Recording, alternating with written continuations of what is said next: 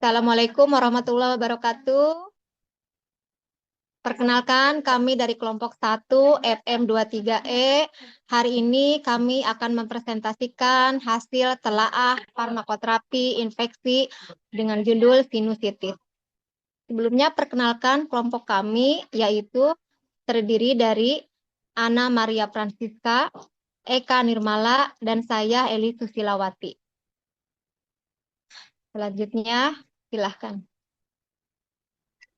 Sinusitis merupakan peradangan pada mukosa sinus paranasal yang umumnya disebabkan oleh infeksi virus, bakteri, atau alergi. Penyakit ini dapat ditimbulkan berbagai gejala seperti hidung tersumbat, nyeri wajah, sakit kepala, serta peningkatan produksi sekret yang dapat menyebabkan gangguan pernapasan dan penurunan kualitas hidup penderitanya. Menurut WHO, tahun 2023, infeksi saluran pernapasan akut atau biasa kita sebut ISPA merupakan penyebab utama kematian tertinggi di dunia, terutama pada anak-anak. Prevalensi ISPA di Indonesia mencapai 33,5% dari total 7.639.507 kasus yang terjadi. Di Indonesia, meskipun angka pasti belum tersedia, Rhinosinusitis kronik diperkirakan cukup tinggi. Secara patofisiologi terjadinya sinusitis. Sinusitis disebabkan oleh infeksi virus yang menyebabkan peradangan pada selaput lendir. Kemudian setelah peradangan terjadi penyumbatan ostium sinus sehingga terjadi gangguan aliran udara dan tekanan negatif. Kemudian terbentuklah cairan transudat, yaitu tempat berkembangnya bakteri, sehingga menimbulkan respon tubuh meningkatkan dalam sinus. Lalu terjadilah peradangan lanjut yang terjadi, yaitu terjadi hiperemis dan edema, yaitu penyumbatan yang semakin parah. Kemudian tanda dan gejala. Tanda dan gejala terbagi menjadi dua, yaitu gejala umum, yaitu keluarnya lendir kental dari hidung, rasa tertekan dan nyeri di wajah, hidung tersumbat, gangguan penciuman, bau napas tidak sedap, batuk berdahak, dan sering memburuk di malam hari. Kemudian pada sinusitis akut, nyeri lebih intens atau lebih sering. Terjadinya pembengkakan dan kemerahan di sekitar sinus. Kemudian gejala yang berdasarkan jenis sinusitis yaitu sinusitis maksilaris, yaitu sinusitis di daerah pipi, sakit gigi, dan sakit kepala bagian depan. Sinusitis frontal, nyeri di dahi, dan sakit kepala di daerah dahi, biasanya di daerah sini.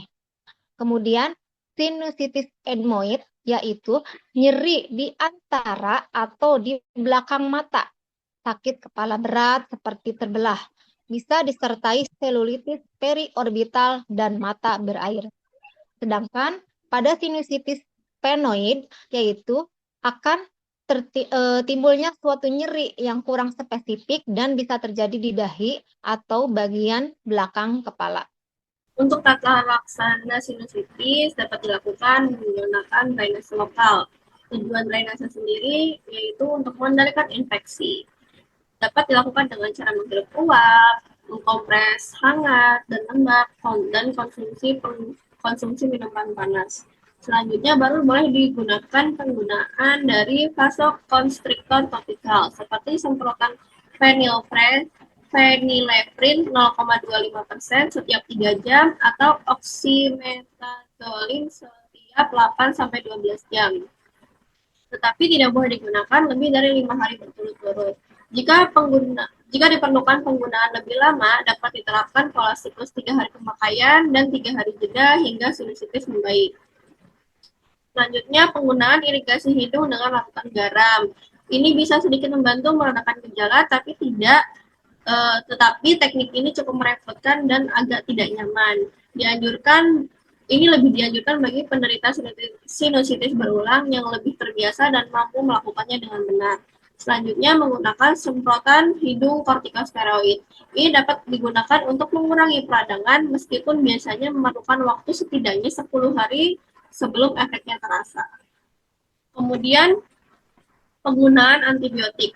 Sebagian besar kasus sinusitis akut yang terjadi di masyarakat disebabkan oleh virus dan dapat sembuh dengan sendirinya. Namun, dikarenakan sulitnya membedakan infeksi virus dan bakteri secara klinis, banyak pasien sebelumnya diberikan antibiotik. Saat ini, karena meningkatnya kekhawatiran terhadap resistensi antibiotik, penggunaannya menjadi lebih selektif. Antibiotik hanya digunakan pada kasus tertentu seperti gejala sinus ringan hingga sedang kurang lebih atau sama dengan dari 10 hari. Kemudian pada gejala berat seperti demam lebih atau lebih tinggi dari 39 derajat Celcius serta nyeri hebat kurang lebih atau sama dengan 3-4 hari. Kemudian kondisi memburuk setelah sempat membaik dari ispa virus.